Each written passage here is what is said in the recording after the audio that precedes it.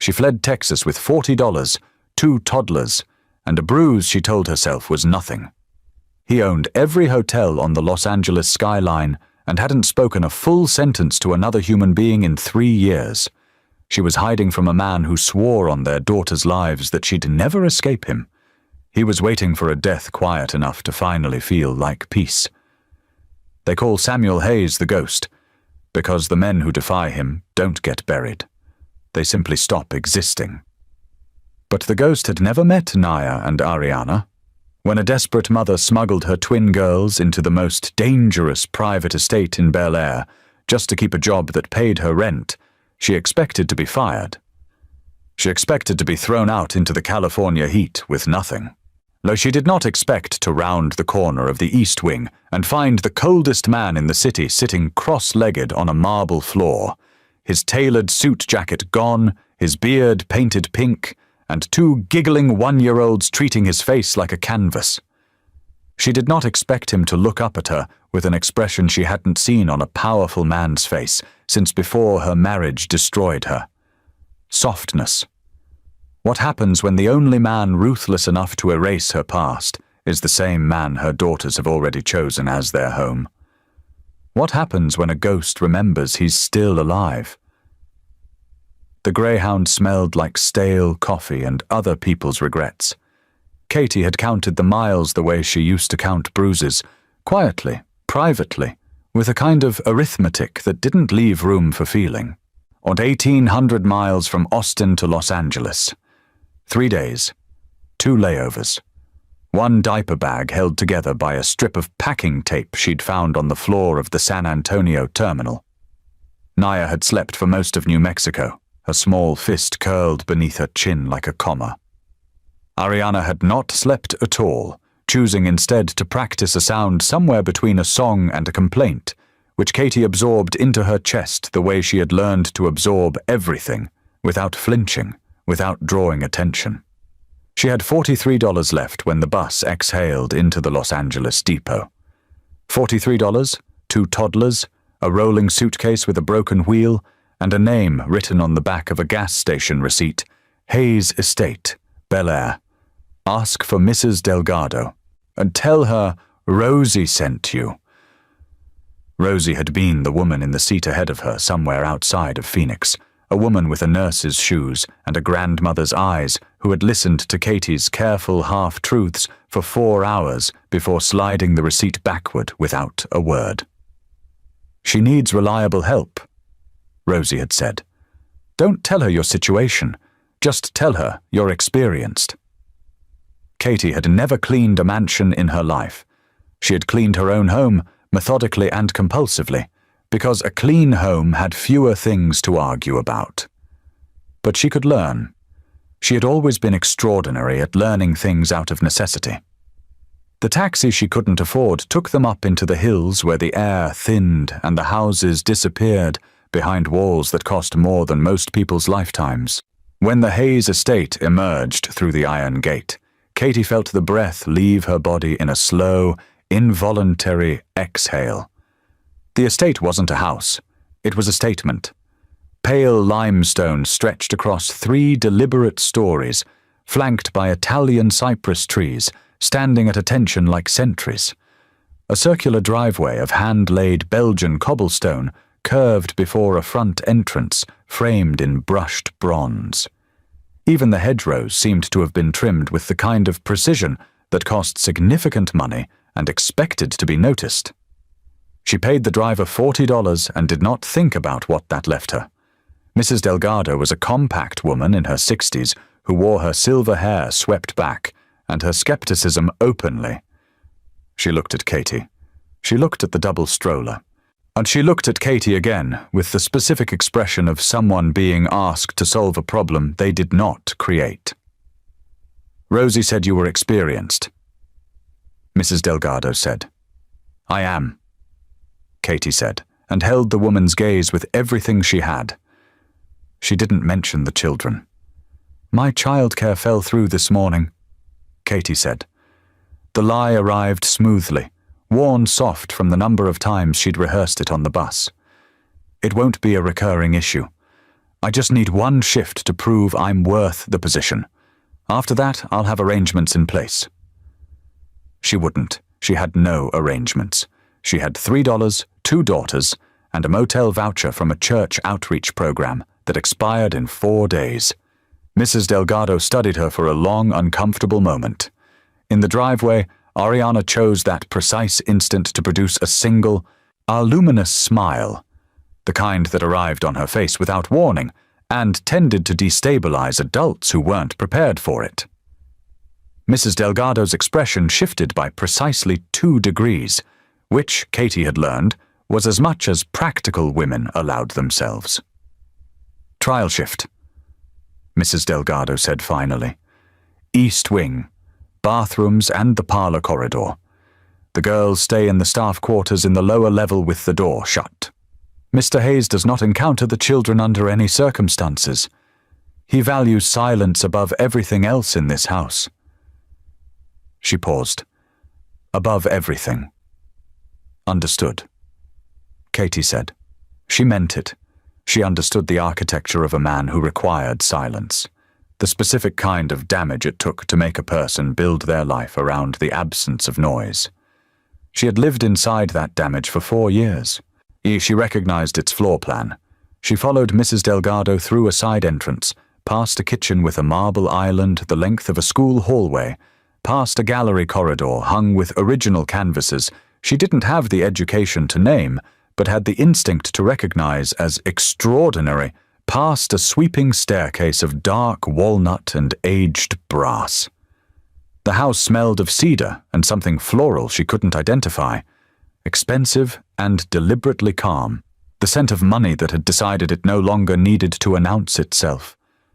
She settled the girls in the lower room, kissed each of their foreheads, and handed Naya the worn rabbit she refused to sleep without. "Be invisible," she whispered.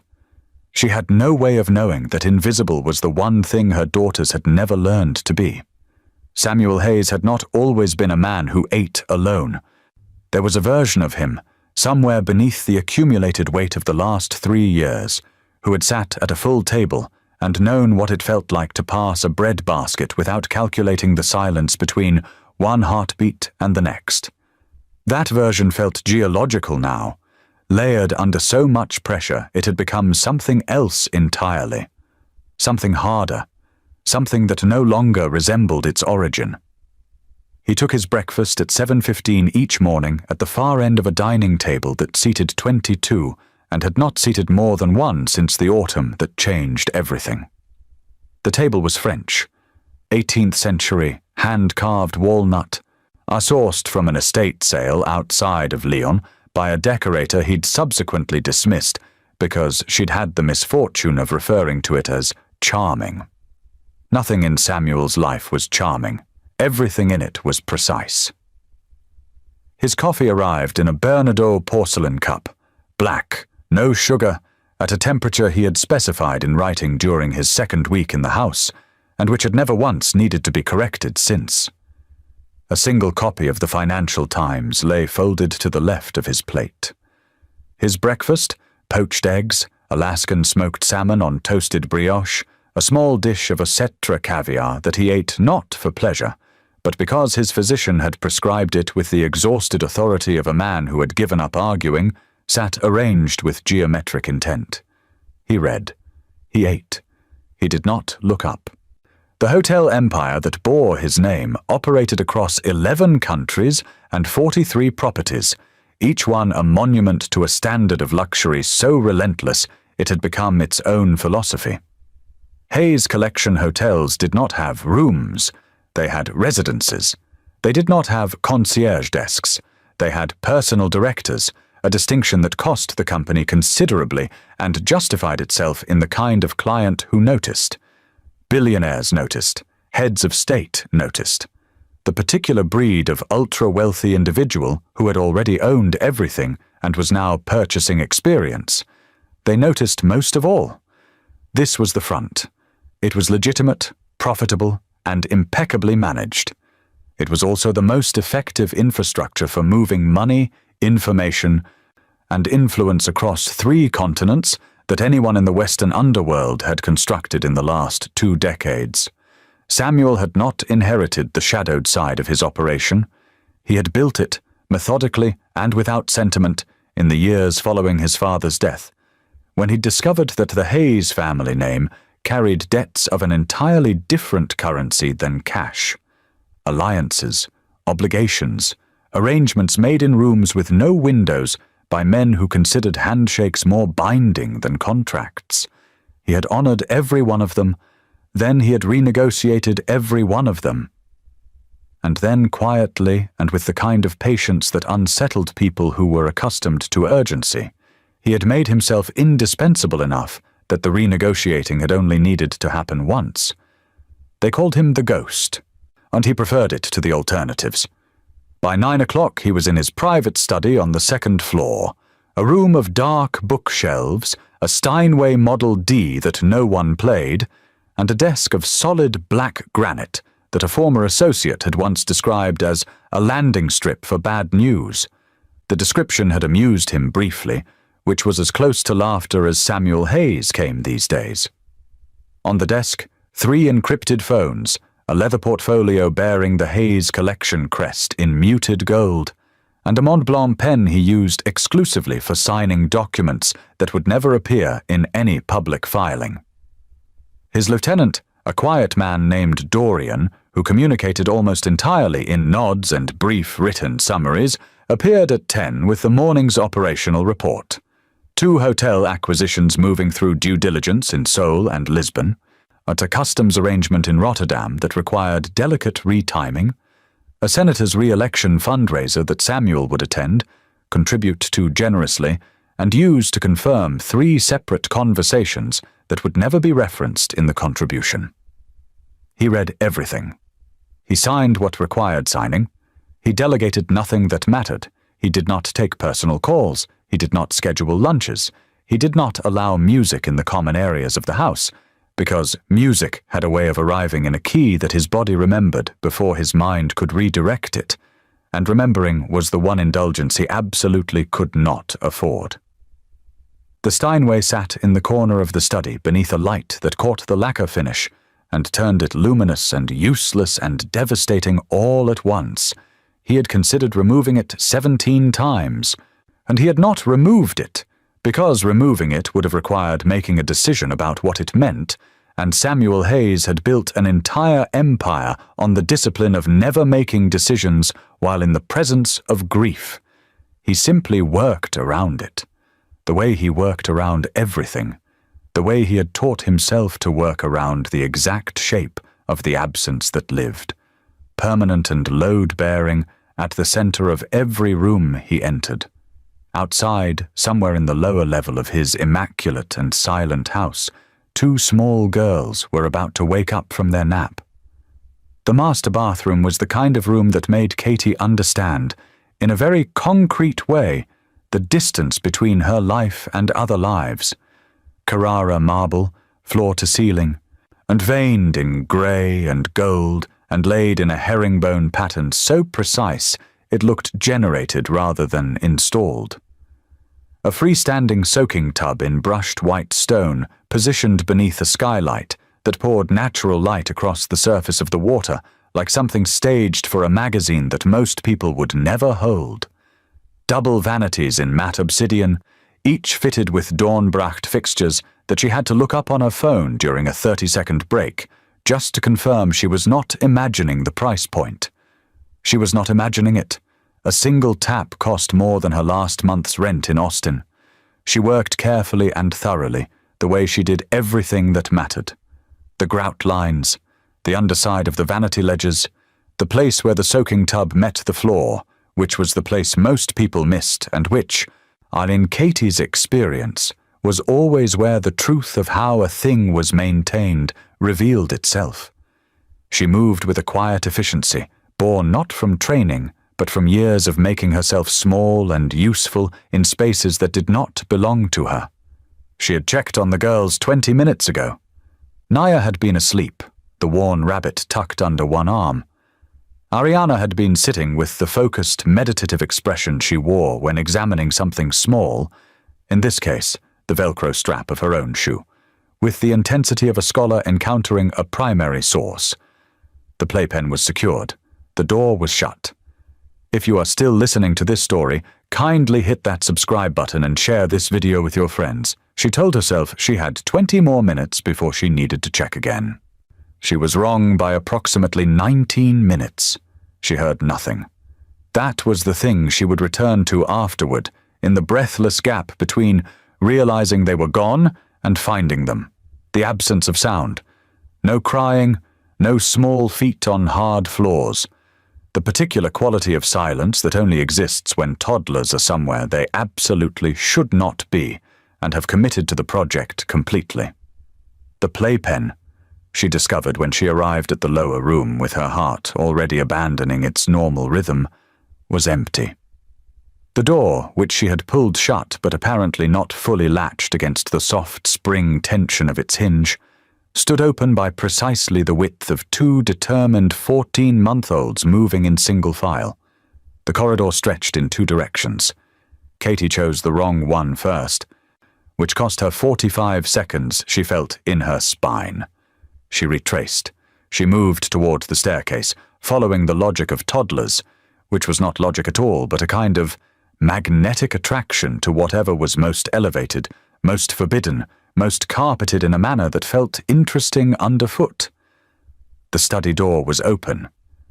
She registered this from the end of the hallway and experienced something she had no word for, a sensation that was fear and inevitability combined, arriving in the body the way cold water does, all at once and everywhere.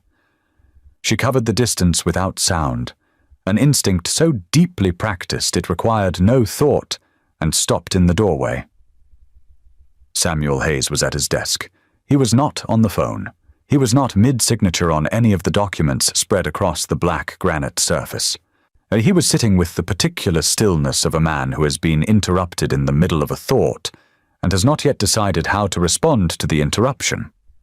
On the floor beside his desk, on a Khotan silk rug that had no business being anywhere near small children, sat Naya and Ariana.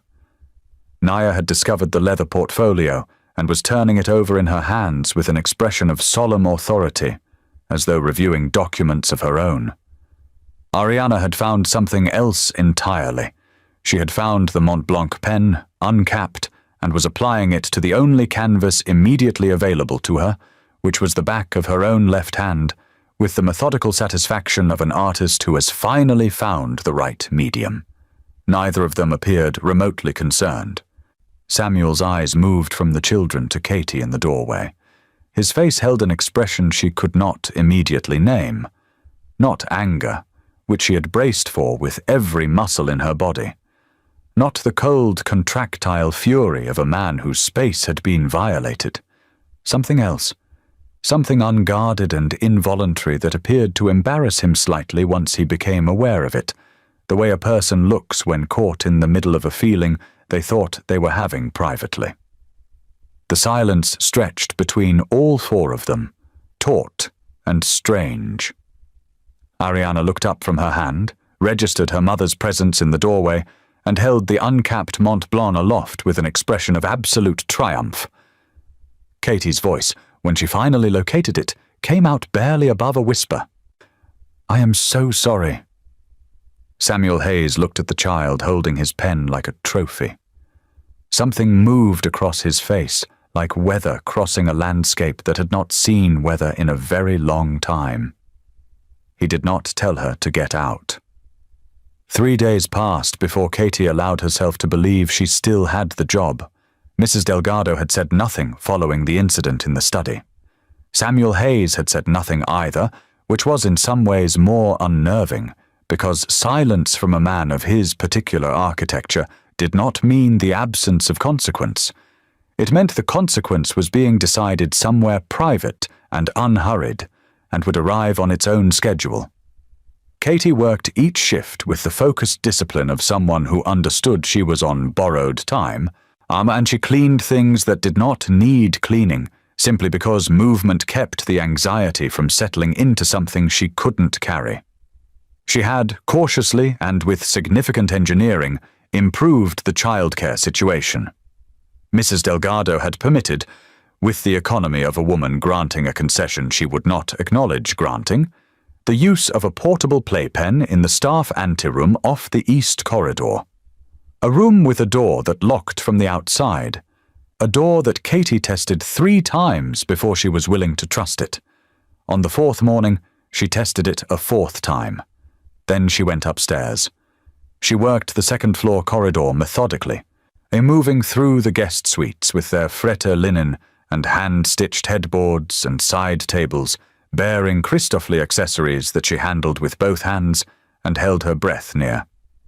She polished the hallway console, a Louis XVI piece in gilt bronze that she had identified from a small brass plaque on its drawer face, and was moving toward the linen closet for fresh supplies when she registered, from the far end of the corridor, that the study door was open again.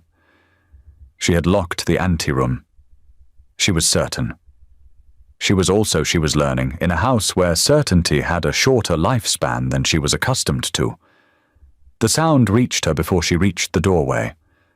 Not crying, not the particular register of distress she had trained herself to detect across distances and through walls, and even, she sometimes believed, and through sleep.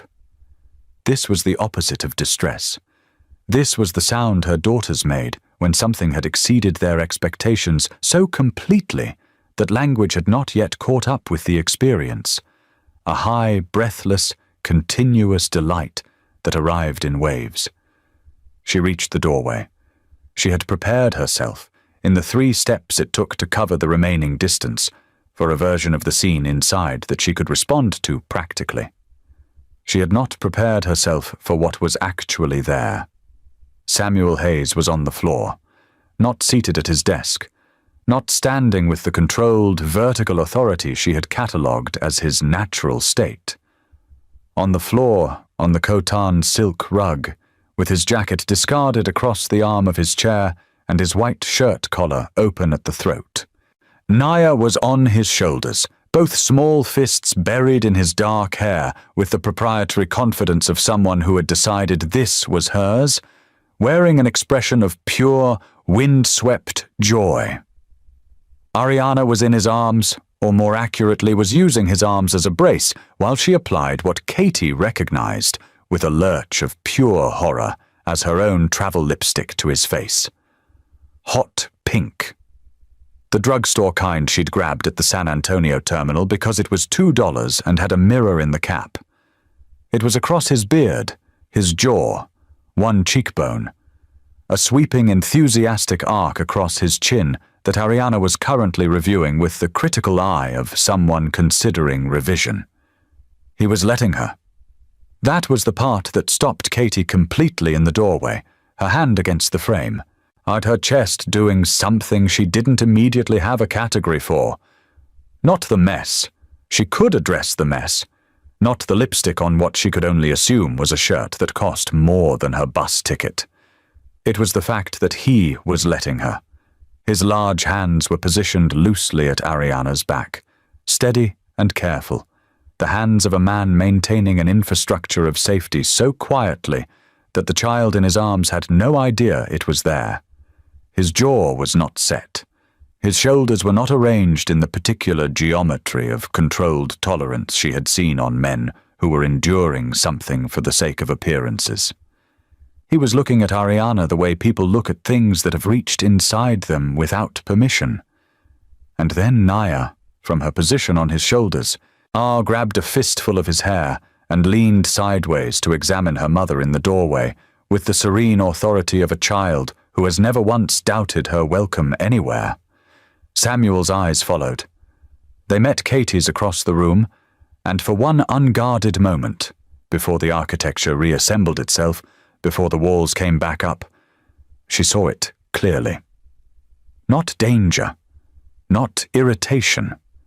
Something that looked impossibly like gratitude.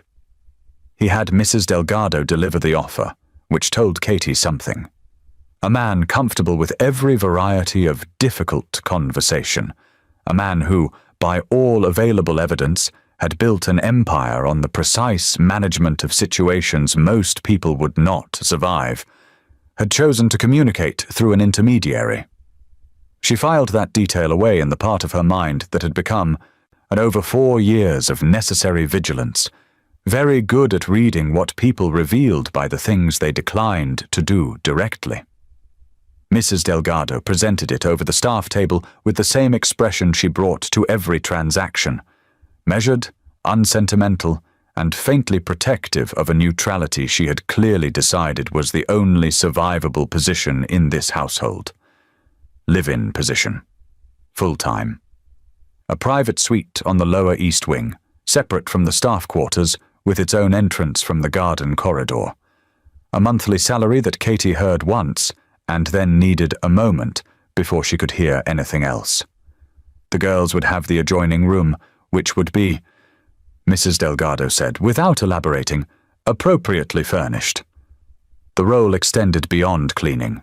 Household coordination, schedule management, the kind of quiet operational presence that kept a residence of this scale functioning without requiring its owner's attention. "He is a private man," Mrs. Delgado said, which seemed to be the entire briefing. "I understand." Katie said she did not understand. Not yet. She spent that evening in the motel room with the girls asleep across the single bed and her phone open to a search she had started 3 times and closed twice. On the 3rd attempt, she let it run. Samuel Hayes.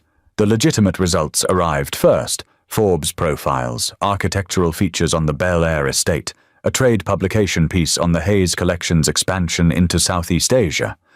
The photography showed a man who wore Brioni suits with the ease of someone who had never known anything else.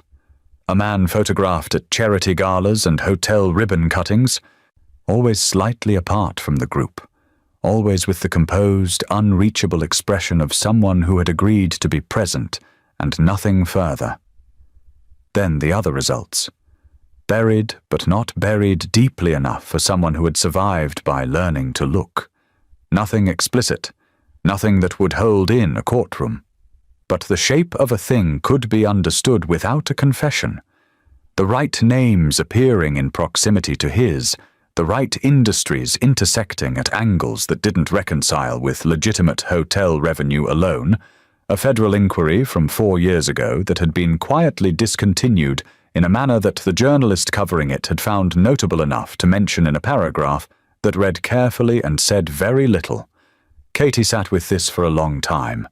She thought about the $43 she'd arrived with, and she thought about the church motel voucher, expired now by 2 days, and the manager who had extended it once out of something she'd chosen to receive as kindness and could not afford to request again. She thought about Brad, somewhere behind her on the map, and the way he had said, "I will find you," with the calm specificity of a man stating a fact rather than making a threat. Then she thought about the study, the silk rug, the large, careful hands at Ariana's back. She thought about the way Samuel Hayes had looked at her daughters, not with the performative warmth of adults who find children briefly charming and then locate the nearest exit, but with something slower and more serious, something that recognized them as people who deserved to be held carefully. She had watched men interact with Naya and Ariana for 14 months, and she had become fluent in the difference between tolerance and respect. He had looked at them with respect.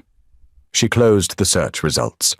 The next morning she told Mrs. Delgado yes. She met with Samuel directly for the first and only time regarding the arrangement. A 10-minute conversation in the study that he conducted from behind the granite desk, with the efficient formality of a man closing an acquisition. He did not reference the lipstick.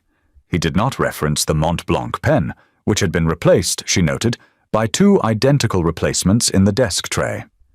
He outlined the terms with precision, slid a document across the desk that had been prepared by someone who billed considerably by the hour, and indicated the line where she should sign. She signed it. He looked at her then. Directly. Without the careful management of eye contact she had noticed in their previous encounters, and said the only unrehearsed thing she believed he had said in the entirety of their acquaintance. "No one in this house will be made to feel afraid." It was not a reassurance. It was not the offering of a gentleman trying to soften a sharp situation. It was a perimeter, stated once, without decoration, the way he appeared to state everything that actually mattered. Katie recognized it for what it was because she had spent 4 years living inside the exact opposite of it. She picked up her daughters that evening and brought them home. 6 weeks into her new life, Katie made the mistake of feeling safe. It arrived gradually, the way warmth does after a long cold, not announced, not dramatic, but present one morning in the simple fact that she had slept through the night without mapping the exits. The suite Mrs. Delgado had described as appropriately furnished had materialized into something that still occasionally stopped Katie in the doorway when she returned to it in the evenings. A restoration hardware sleigh bed in weathered oak, bedding in a thread count that she had no reference point for, except that it felt like being held. For the girls, a room in pale cream and sage with 2 small beds shaped like houses, and a Pottery Barn bookshelf stocked with picture books that had appeared overnight between her acceptance and her arrival, sourced by no one Katie had asked, and which she suspected, without evidence she could confirm, had been selected by the house's owner. She did not ask, and she had learned that Samuel Hayes performed kindness the way he performed everything, without audience, without acknowledgement, and with the specific implication that mentioning it would inconvenience you both. The girls had adapted with the mercurial completeness of very young children, for whom a safe room with soft bedding required no further justification. Naya had claimed the left house bed and installed her worn rabbit in the right one as a tenant. Ariana had immediately located a Lalique crystal bird on the hallway console outside their door and needed to be redirected from it with increasing creativity on a daily basis. Katie had started to breathe in full sentences again, and she was arranging a delivery of Aqua di Parma toiletries in the guest suite on a Tuesday afternoon when her phone rang with an Austin area code she no longer had saved, but had never been able to forget. She let it ring. It rang again 4 minutes later. Then a third time, from a different number. A Dallas prefix this time, which meant he had prepared for her not answering the first one. She sat down on the edge of the guest suite's chaise longue, a thing upholstered in pale champagne velvet that she was almost certainly leaving a crease in, and stared at the screen until it stopped. The text arrived 20 minutes later. No greeting, no preamble. "I know the city. I know the neighborhood. I've already spoken to a lawyer, and he agrees the situation you've placed my children in is grounds for an emergency custody review. Come home on your own or come home through the courts. Either way you're coming home." Katie read it twice. Then she put the phone face down on the velvet chaise and sat very still, the way she had taught herself to sit in the years when stillness was the only available response to something too large to outrun. He had used her social security number. She understood this without needing it explained. The job application, filed legitimately through the Hayes Estate's HR process, had generated a paper trail that anyone motivated enough could follow. She had known, somewhere beneath the 6 weeks of cautious peace, that this was always a possibility.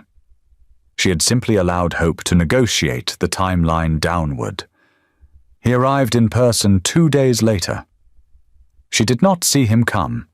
She heard about it from Mrs. Delgado, who appeared in the kitchen doorway at 3 in the afternoon with an expression that had abandoned its customary neutrality in favor of something considerably more alert. A man at the front gate, Texas plates on a rented Lincoln Navigator, requesting to see Catherine Mercer by name. Claiming to be the father of the children residing on the property and citing, Mrs. Delgado relayed, with precise distaste, a recent conversation with a family attorney regarding custodial rights. He had not come quietly. He had come with paperwork. The document which Dorian brought to Katie without explanation shortly after was a preliminary filing, a custody petition on the grounds of parental unfitness. The language was clinical and thorough and had clearly been drafted by someone expensive. It cited the move across state lines as evidence of instability. It cited the employment situation, a domestic position in a private residence with no fixed educational plan for the children, as evidence of neglect. It cited, with a specificity that made her vision briefly narrow, the nature of the household's primary resident and his known associations as evidence of endangerment. He had done his research. She would give him that. She was still holding the document when she became aware that she was no longer alone in the kitchen. She looked up. Samuel stood in the doorway in a charcoal Keaton suit, his eyes moving from her face to the papers in her hands with the quiet, diagnostic attention of a man reading a situation rather than a scene.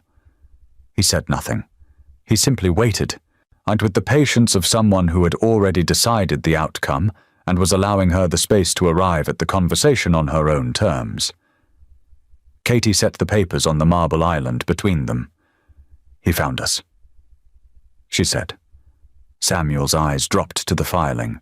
He read it with the economy of someone accustomed to documents designed to intimidate, his expression shifting not toward alarm, but toward something colder and more deliberate. The specific stillness of a man deciding, methodically and without drama, what happened next. When he looked up, the gratitude she had seen on the silk rug was gone. What was there instead was considerably older, considerably less forgiving. "He won't get them," Samuel said. He said it the way he had said everything that actually mattered, once without decoration, and as though the alternative was too minor to require acknowledgement. Dorian placed the legal assessment on the granite desk at 7 the following morning and said nothing, which was how Samuel understood it was not good news. He read it in full. Then he read the relevant sections again, with the particular attention he reserved for documents that required him to understand not just what they said, but what they made possible. The family attorney his team had retained, a woman named Petra Voss, whose reputation in California custody law was without equal, and whose hourly rate reflected this without apology, had been thorough. Her conclusions were precise and unambiguous, and sat at the bottom of the third page like a diagnosis delivered without softening. The interstate relocation, conducted without the co-parents' documented consent, created genuine legal exposure regardless of the circumstances that had motivated it. Emergency protective orders were available, but required documented evidence of physical threat that met a specific and demanding threshold. A custody review, once formally petitioned, moved on the court's timeline, and not Katie's. Petra Voss estimated that timeline at 4 to 6 months of proceedings, during which Brad Mercer would retain full legal standing as a co-parent and the right to petition for interim access.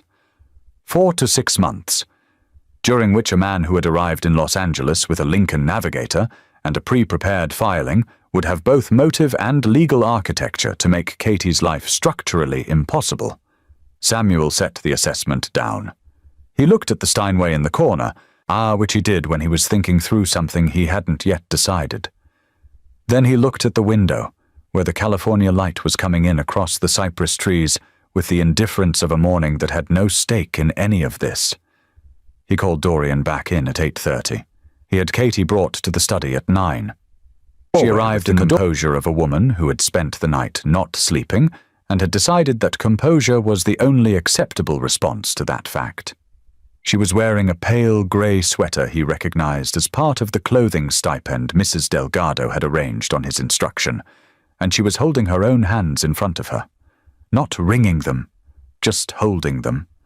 The way a person holds themselves together when they have decided that falling apart is a luxury the current situation cannot accommodate.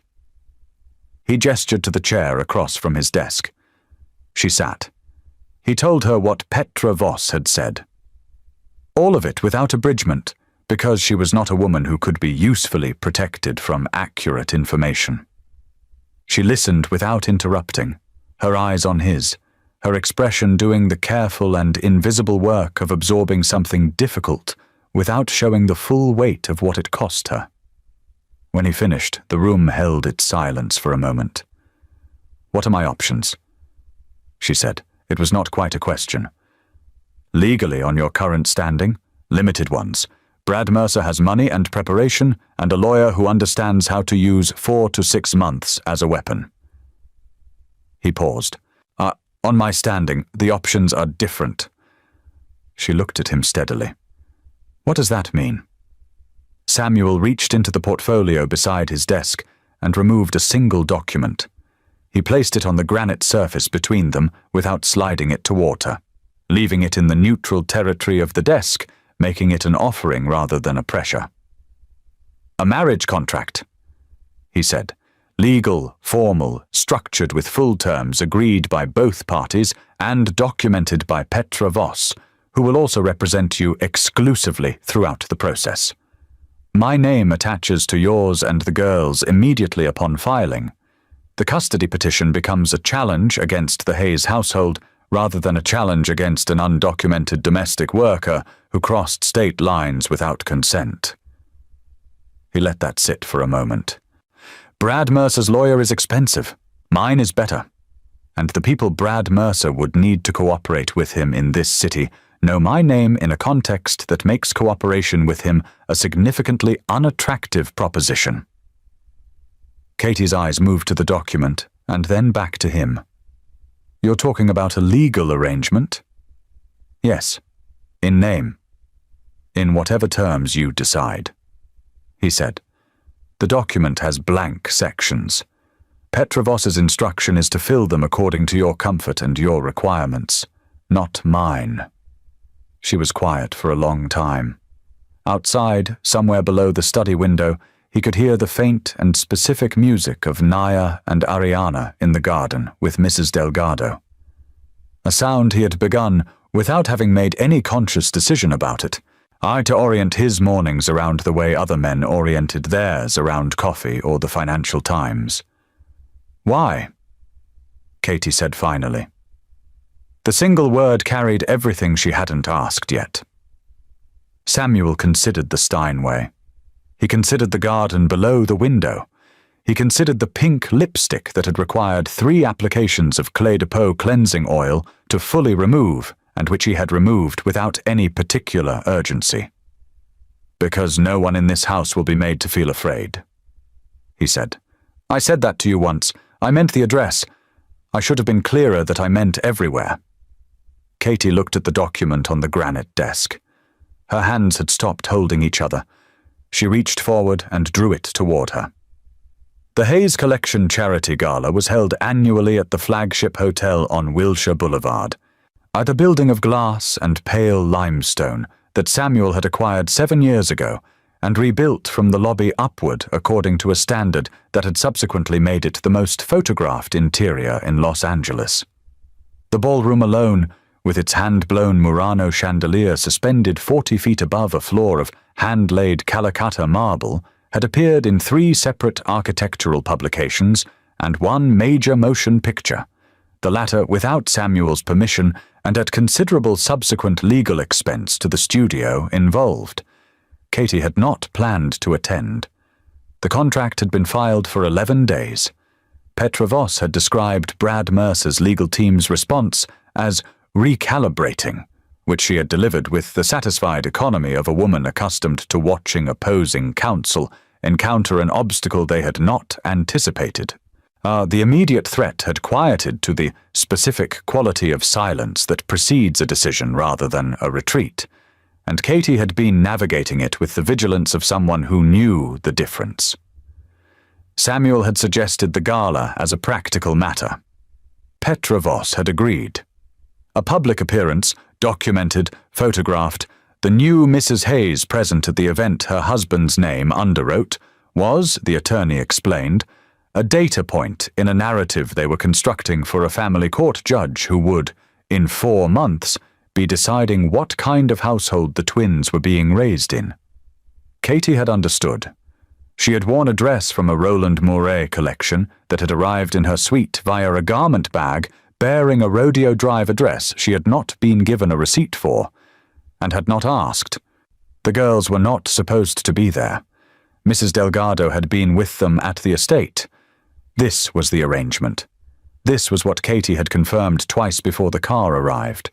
What she had not confirmed, and what she discovered via a call from a breathless Mrs. Delgado at 9:47 in the evening, was that a man identifying himself as the children's father had arrived at the estate gate with a copy of a co-parental access order, preliminary, contested, not yet ruled upon but not yet dismissed, and that the security staff, pending clarification from Dorian, who had been unreachable for 11 minutes, had made a decision they would not be employed long enough to regret. He had the girls in a car outside the hotel when Samuel's phone rang. Katie saw his face change, and she had not seen it change like that before. Not the cold deliberation she had catalogued in the study, not the unguarded softness of the silk rug, but something that existed beneath both of those things. Something that had been formed in a much earlier and less forgiving period of his life, and which did not require any decision to activate. It simply arrived, fully constructed, and rearranged his entire physical presence in the time it took him to lower the phone from his ear. He said 2 words to Dorian, who materialized from the periphery of the ballroom with the seamless efficiency of a man who had been waiting for precisely this kind of word. Then he looked at Katie. "Stay here," he said, not as a command, but as the most direct form of protection available to him in that moment. She did not stay. She was 4 steps behind him through the side corridor, down the service elevator, and out through the hotel's delivery entrance onto the side street, where a black Escalade sat running with its hazard lights off, and Brad Mercer standing beside it in the amber glow of a street lamp, his hand on the door handle, looking like a man who had rehearsed this, and was irritated that the audience had not yet assembled. The girls were visible through the window. Naya was crying. Ariana had gone very still, which was worse. What followed lasted approximately 6 minutes. Samuel did not raise his voice. He did not make a single gesture that could have been characterized by any witness as physical. He walked to within a conversational distance of Brad Mercer and spoke to him in a register so low that Katie, standing 8 feet away, I caught only the cadence and not the content. Brad's expression moved through several phases, confrontational, then uncertain, then something she had never seen on his face in 4 years of marriage. Fear, genuine and immediate, of the kind that does not respond to bravado or legal documents. Dorian, meanwhile, had opened the car door and retrieved the girls with the calm, practiced gentleness of a man who had been directed to be gentle and had taken the direction seriously. He brought them to Katie without a word. Ariana pressed her face into Katie's neck. Naya had stopped crying and was watching Samuel with the wide, serious eyes of a child taking inventory of something important. Brad said something, a single sentence, his voice attempting a register of authority it could no longer sustain. Samuel responded. Whatever he said arrived with the particular weight of information rather than threat, specific, evidenced, and delivered, with the tone of a man reading terms that had already been agreed to by parties Brad Mercer had not yet been introduced to but would find, upon any attempt at verification, to be entirely real. Brad Mercer got back into the car. He did not look at Katie. He did not look at the girls. He looked briefly and with an expression she did not have the vocabulary for at the middle distance, the look of a man revising something fundamental about his available options. The car left. Samuel turned back toward the hotel entrance. He paused when he reached Katie, his eyes going immediately to the girls, to Ariana's face still pressed against her mother's neck, to Naya's small hand gripping the Roland Mouret fabric at Katie's shoulder. Something moved through him that he did not attempt to conceal. "What did you say to him?" Katie asked quietly. Samuel looked at Naya, who was still watching him with her careful, taking inventory expression. He reached out and straightened the small bow in her hair with 2 fingers, a gesture so unhurried and specific that it appeared to surprise him slightly. "I told him the truth," he said, "about what his life looks like from here, and what it looks like from every other direction available to him." He paused. He's a practical man. He understood. Brad Mercer was on a flight to Dallas by midnight. Petra Voss received a formal withdrawal of the custody petition at 9 the following morning, drafted in language that suggested its author had been advised, incomprehensively and without ambiguity, that continuation was not in his interest. She called it unusually thorough for a withdrawal. Katie did not ask Samuel to elaborate. She had learned, in the months since the gas station receipt and the broken-wheeled suitcase and the $43, that some forms of safety did not require full illumination to be real. She simply received it, the way she was slowly, carefully learning to receive everything he offered, with both hands and without flinching. The construction began on a Tuesday, without announcement. Katie heard it before she understood it, a low, deliberate percussion from the north wing that she had catalogued, in the first disoriented moments of waking, as something structural and significant. By the time she had dressed and moved through the garden corridor with her coffee, she found 3 workers in the hallway outside the dark panelled library she had cleaned weekly for 4 months, but never seen anyone use. The wall between the library and the unused corner suite beside it was being opened with the kind of methodical, unhurried intention that suggested the decision had been made some time ago, and the execution was simply catching up. Dorian was standing nearby with a clipboard, and the expression he wore when he had been given instructions he found interesting, but had elected not to editorialize. "What is this?" Katie said. "Renovation," Dorian said, which was accurate and entirely uninformative. She found Samuel at his desk. He was on the phone, one of the encrypted ones, and held up 2 fingers without looking up, which she had learned meant he was aware of her and would be finished shortly. She sat in the chair across from the granite desk and waited, which she had also learned was a thing she could do now, without the constant low-frequency monitoring of exits that had once accompanied any moment of stillness in a room with a powerful man. He finished the call. He looked at her. "The north wing," she said. "Yes. You're taking down the library wall. The library has 400 books in it that I haven't opened in 3 years." He said, "It has no practical function.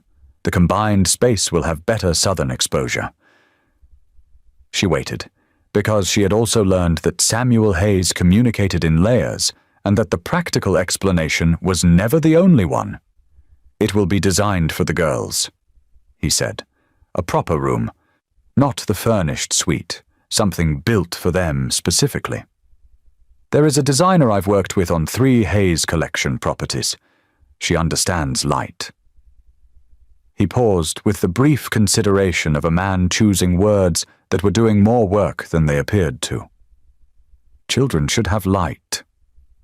Katie looked at him across the granite desk, and the Mont Blanc pens, and the encrypted phones, and the leather portfolio with the gold crest, and felt something shift in her chest with the slow, tectonic certainty of a thing that has been moving for a long time, finally arriving at its destination. "The contract," she said carefully. "This isn't in the contract." "No," he agreed, "it isn't." He stood then and moved from behind the desk, something he rarely did during a conversation, she had noticed, and as though the granite surface served a function beyond the organizational. He crossed to the window that looked down onto the garden, where Naya and Ariana were visible below with Mrs. Delgado, conducting what appeared to be a very serious inspection of the rose bushes along the south wall. Naya was crouching with her face close to a bloom of pale Juliet roses, her expression one of complete and solemn scientific attention. Ariana had located a small decorative stone from the garden border and was carrying it with the reverence of someone transporting something of significant value. Samuel watched them for a long moment. "I had a son," he said. It arrived quietly, without preamble, the way he said everything that cost him something. He was 2 years and 4 months old. He liked the garden. He did not elaborate on the rest of it, and she did not need him to. She had read the shape of the absence often enough by now to understand its dimensions. I told myself that the life I was building here, the silence, the control, the careful management of everything within these walls, was sufficient. That it was the appropriate response to having lost the thing that made noise and chaos and disorder feel like abundance rather than intrusion. He turned from the window. Naya and Ariana made that position very difficult to maintain. He said, there was something in his voice that was not quite humor and not quite grief, but existed in the precise geography between them. "I want to build them something real. I want to build you something real. Not a contract, not a legal perimeter." He paused. "A life, if you're willing to let me." Below in the garden, Ariana had presented her decorative stone to Mrs. Delgado with the expectant authority of someone offering a gift of considerable significance. Mrs. Delgado accepted it with appropriate ceremony.